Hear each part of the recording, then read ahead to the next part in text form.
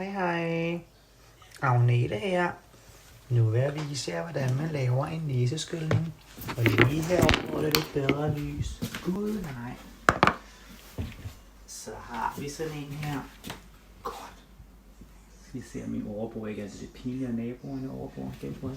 Så laver vi næseskyldningen. Jeg tror lige, vi gør sådan her. Er du klar til det? Op med den kæmpe dims ind i næsen. Gud. Og så er jeg er nødt til lige... my god, det er svært at filme det her. Det er lidt ulækkert, men får du altså at se. Skal lige skifte hånd, fordi det går ikke. Det her kan jeg godt se. Så gør man sådan her. Ind i næsen. Og...